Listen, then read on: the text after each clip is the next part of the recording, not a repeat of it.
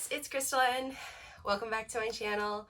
Today's video is going to be a guide for houseplants as gifts for beginner plant parents. So I have with me some plants that are not only easy to care for and can handle pretty much any light condition, but these plants are also very easy to find either at your big box stores or local nurseries.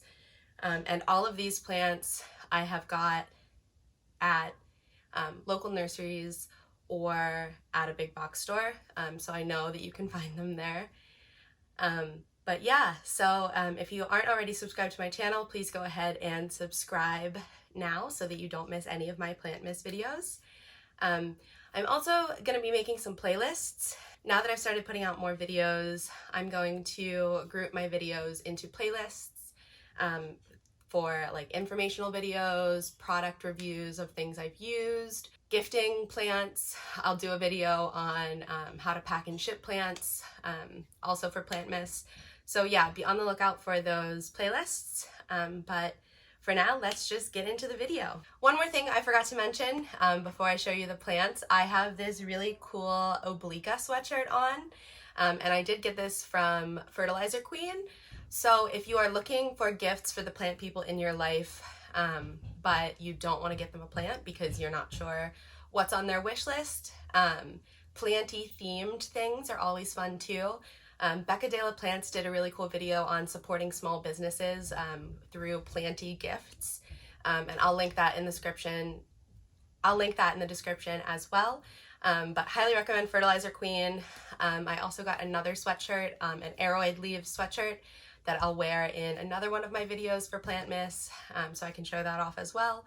But yeah, let's for real get into the plants this time. So the plant that I think pretty much everyone thinks of when you're thinking of an easy to care for or low light plant are snake plants. So I have a couple different varieties of snake plants with me here to show you that they come in all shapes and sizes. I'm not sure on the names of these specific snake plants, but I do know that pretty much all snake plants have the same care. They can handle anything down to low light. They do need light. All plants need light to survive. There is no such thing as a no light plant or a plant that can survive with no light. It might survive, but it's not going to be growing and thriving. So these plants can handle low light, but they also enjoy brighter light as well. They will grow more and put out more new leaves when they have more bright light. These plants can also handle pretty much any type of humidity. They don't need super high humidity like some Aeroids do, and they also don't need watered very often. I cannot tell you how often I water my snake plants because I forget about them for a very long time. I know a lot of people say that snake plants or other plants thrive on neglect, but that's not true. They just need less attention than some more high maintenance plants. So if you are going to be gifting a new plant parent a plant and you're not sure what the humidity or light is like in their house, I highly recommend a snake plant.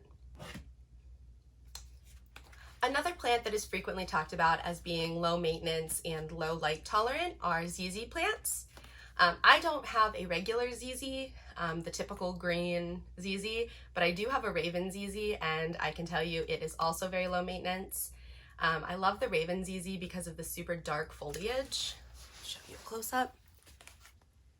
And if you can see, it's putting out a new leaf right now, and the new leaves start out green, and then they fade to this really nice dark black color. ZZ plants, similar to snake plants, can handle pretty much any lighting condition, any humidity, and don't need watered very often at all. So another great low maintenance plant is the ZZ plant. ZZs can definitely be found at local nurseries or big box stores almost all of the time.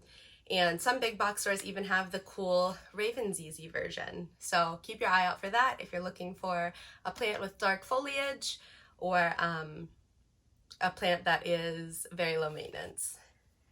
Another plant that is low maintenance and is said to thrive on neglect are aloe vera plants. So this is my aloe plant. I keep it in my bathroom. I don't water it very often. I don't know when the last time I watered it is, but they will start to shrivel a little bit when they do need water. So this plant is tolerant. It likes brighter light, but it will handle low to medium light. It just won't be as happy because it's a succulent, so it does like bright light if possible, bright indirect light. So if you're looking for something for someone who you know has a lot of bright light and wants to put something in a bright light location, aloe are great. They also put off pups very regularly, so they're fun to share with friends. I've shared an aloe pup with one of my friends, and it's great to be able to share plants with friends, and aloe are great for that. That we've talked about some of the, I don't even know what type of plants to consider those. I know that snake plants have been reclassified from Sansevieria to Dracaena, but I don't know what family those plants are in, or ZZ plants. But now I want to talk about some Aeroids. Aeroids are my absolute favorite, and there are some common and easy to care for Aeroids that are great for people who are starting out. And also I would love to receive any of these plants, even though I already have them and they are more common plants. So they're great for any plant parent, really. Most plant parents I know still love these plants, even though they're considered to be more common. So I'm gonna start with this one. This is a golden pothos, Epipremnum aureum. It's got beautiful yellow variegation, and this is a plant that can be found literally anywhere. They are invasive, so don't let them outside if you live in a tropical or subtropical region, so like Florida. I'll put some pictures on the screen, but golden pothos love to just like absolutely take over trees and the sides of buildings. But yeah, so golden pothos are fun. They are a vining plant, so they can be either climbing a stake or moss pole. I've seen at Home Depot they have giant, like 6-foot tall golden pothos on wooden planks or moss poles. They're like $150, but if I had the room and a spare $150, I would 100% get one, because I think these plants are just adorable, super easy to care for. They don't need watered very frequently, and they will tell you when they need watered. They start to wilt. Again, they're vining plants, so they can be either climbing, as I mentioned, or they can be in a hanging basket. I have this one in a macrame hanger right now. It's fairly young, so it's not fully spilling out yet, but when it is vining, it will look great from a macrame hanger. So yeah, super versatile. It's got the variegation that is really popular. When the leaves are allowed to climb, they do get really big and almost mimic Monstera deliciosa leaves with their fenestrations. But yeah, so golden pothos are a great option for any plant parent, but specifically those plant parents that you're not sure how advanced their level of care is yet. Speaking of Monstera deliciosa, they are the next plant on my list. This is a regular, traditional Monstera deliciosa. I got it.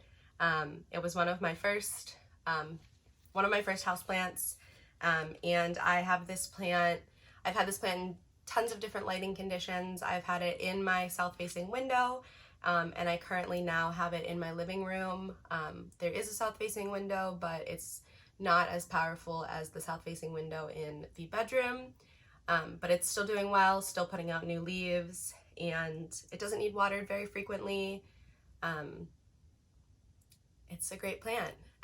I would have Monstera deliciosa all over the place if I could. I have this one staked so that it grows kind of more compact, but I have a few Monstera that I've let kind of sprawl out a little more, and I love them either way. And yeah, Monstera deliciosa are a great plant for beginner plant parents. The final plant that I want to talk about is a philodendron, and if you all have watched any of my videos, you know that I absolutely love philodendrons. This is a green heartleaf philodendron, or Philodendron hederaceum, I believe, is the scientific name for it. This is a super easy plant, very similar care to either the Monstera deliciosa or the golden pothos. It can either climb a stake or pole or structure, or it can be let to trail or hang. Again, I have this one in a macrame hanger. Yeah, it tolerates medium to bright indirect light, and doesn't need watered very frequently, and it's a beautiful vining plant, and the leaves are heart-shaped.